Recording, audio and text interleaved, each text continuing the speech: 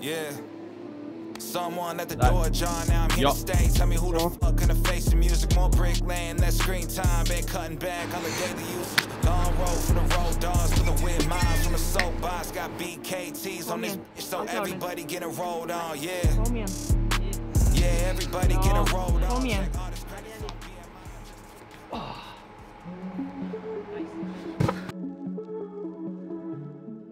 A few years ago, I was running around in a silly hat and started a YouTube channel because I wanted to do some outdoor vlogs occasionally. The first video I ever made was on this boulder, the Big Island, and at the time it was completely impossible for me. Now the channel has grown quite substantially over the past year, so many of you might not be fully aware of just how obsessed I've been with climbing this thing, but it's quite a bit. Oh, oh my god! Now a lot has happened since this scene was shot, and I left to go live in a van for a year. I spent a couple of weeks underneath big rocks just to climb to the top and pretend I'm Gollum.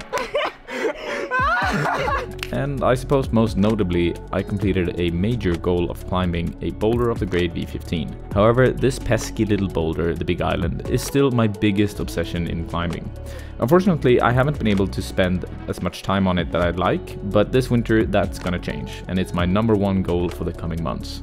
But before we go into my plan of attack, I just want to talk about my brief visit to it earlier this year, when I decided to go to Font for a few days just to relax before a few intense couple of months. My intention with the trip was to just enjoy the fine wines and beautiful relaxed atmosphere Fontainebleau has to offer, but I couldn't quite resist pulling on my dream project, and boy am I glad I did. The first session went fantastically, and all the moves actually felt very manageable. What had previously been my crux went down on the first attempt, and I felt like I could properly work on the boulder. I could even cut loose on one of the moves that could define if the boulder would be possible for me or not, which started to feel pretty crazy. Now that all being said, the boulder contains a lot of hard moves, and just being able to do them individually is no guarantee that the climb is climbable. But to be honest, this didn't really matter, since the only goal was to scout out the moves and figure out what was missing for me to be able to climb the boulder. So I kind of just went in like Dora the Explorer, head first trying to figure out which moves I could optimize and which moves are just straight up crazy hard for me. Most of that session went really well, but I have a tendency of diving deep down into the beta cave and try to think of new solutions, sometimes to the point where it doesn't make much sense anymore. I ended up wasting the second half of the session on this kind of dumb paddle dino solution for the top.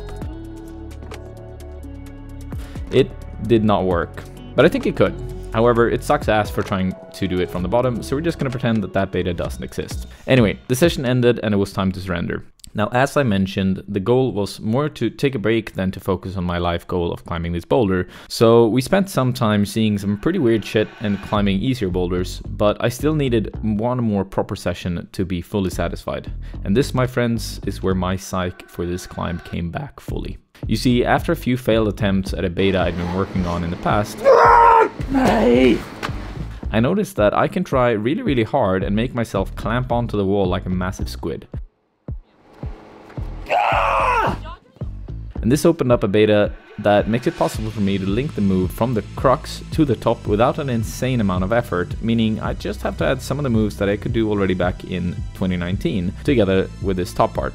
And suddenly the many hard moves you have to do to climb this boulder doesn't feel like that many anymore, and so the boulder actually feels within reach now. I also got some secret saucy tips from the French folks, who we all know have all the secrets, which made the top section a lot easier than before.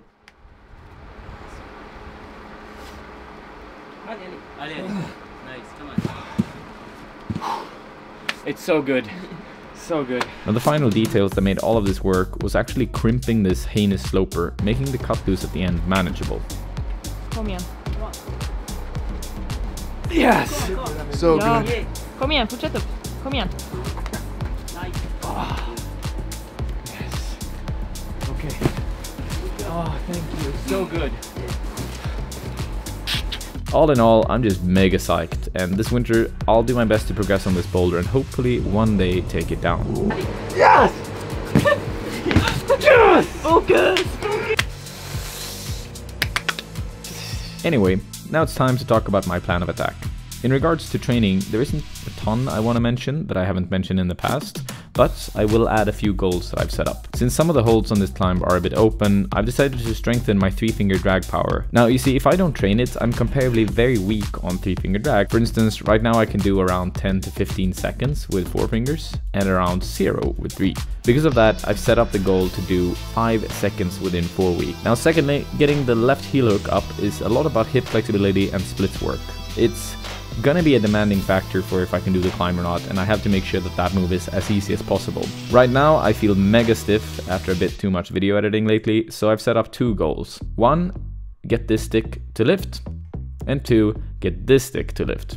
Now the second goal feels extremely unrealistic in just a month's time, but I'll do my best, and I've constructed a little follow along routine that I'll do for this, that it's up on my Patreon, and hopefully that's gonna help me achieve this. Another thing I want to be able to do is 1-5-8.5 on both arms. That's a big campus move, and it's just an overall like basic power exercise that I should feel strong at, but right now I don't. So the big island remains the big goal, and soon I'll have my chance to try it again. But in the meantime, like any obsessive climber does, I have my local mega choss proj in the middle of Stockholm, which is the goal in my home turf. So here's a little glimpse of how it looks and what I'll be working on before I leave for Fontainebleau.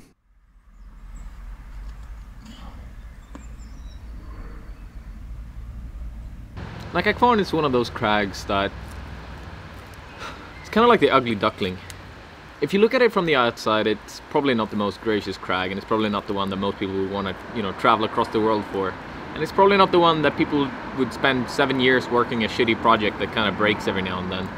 But to me, it's home, and it's my local crag. It's like 4 boulders on the boulder, 4 lines, I mean, and each one of them have required quite a bit from me.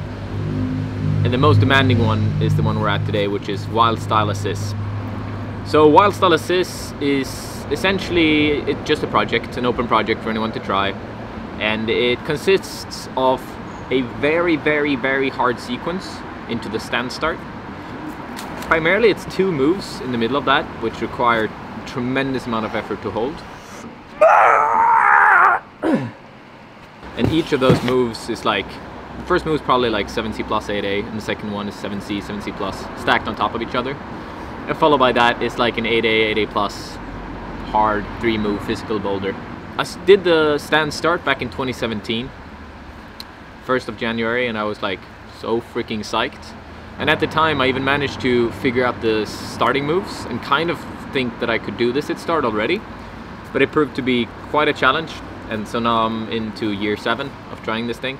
Yeah, it's a battle. It's a constant battle every single time. And it's funny, I actually had my first red point sessions 2 sessions ago, because before I've never been able to piece the 2 crux moves together, and so it's just pointless to start trying it from the bottom. The goal for today is to try and piece it into 2 parts. I've been warming up and I managed to climb the stand start without too much of a hassle, and in fact I even found this, I didn't actually find a new beta, but I asked Nicken, because he's trying a different version to it that climbs into the same top, and he found a beta at the top that's a little bit easier, and that's kind of crucial for me to get confidence on this one, because the 3-move boulder that's the stand start is incredibly demanding, and I don't really think I would have had a realistic shot at the whole line without this newfound beta. That's basically just like you do a dyno at the end, and the dyno is much smaller now, like much smaller, which is really, really nice, because then you don't have to have like an explosive energy at the end. Yeah, let's get to trying it, try and piece this thing together.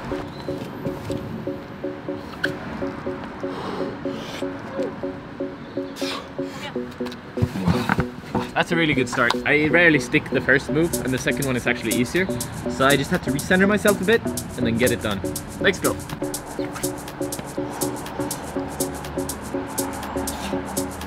Fuck!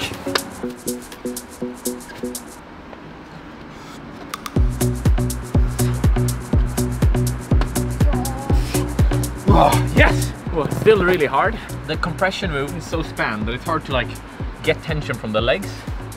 So I've been using this one, which is like kind of this ledge that you can stand on, and I have to use this to get to the left-hand sloper, but then I move the right foot here to dig in a little bit so I can pull my weight back into the wall when I go for the right-hand hold. Because the problem is, when you do that bump, the first bump, you're just like, you explode out. It's so physical to hold. I don't know if you can see it, but my left arm is like literally trembling when I get it. so I have to like recenter it and pull my weight back. But with this lower one, you can't really pull so much, you can more just stand on it. And with this edge right here, I could like dig it in slightly, which just gave me a small leverage to catching the right hand hold. So progress. There's a bit more detail and nuance to the beta, which is great. So I'll give it a red point go using this foot instead.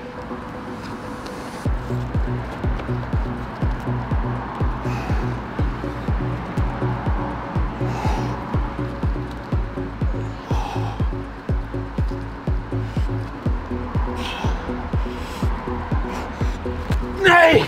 Oh, that was good. It was very cool. I was very much in the zone. I didn't really reflect on the fact that I was at the crux move. Psych for the next go.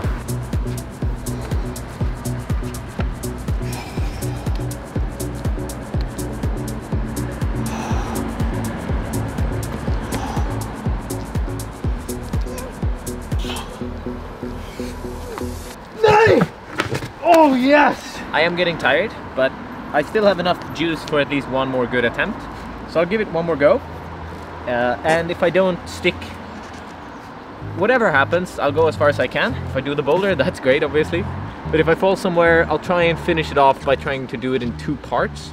So like the move I fell off last go, from there all the way to the top, and then be done with the session. But first, one more red point go just to see if, you know, if there's a chance that it can still go.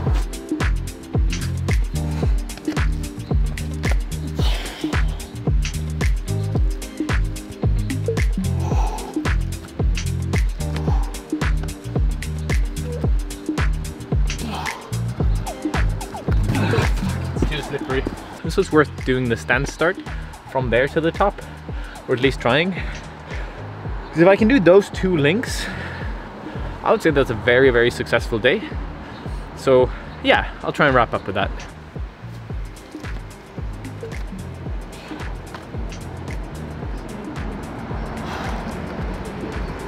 Ah, it's so hard. Yeah, that's good. But I'll give it another attempt and really try and wrap that link up.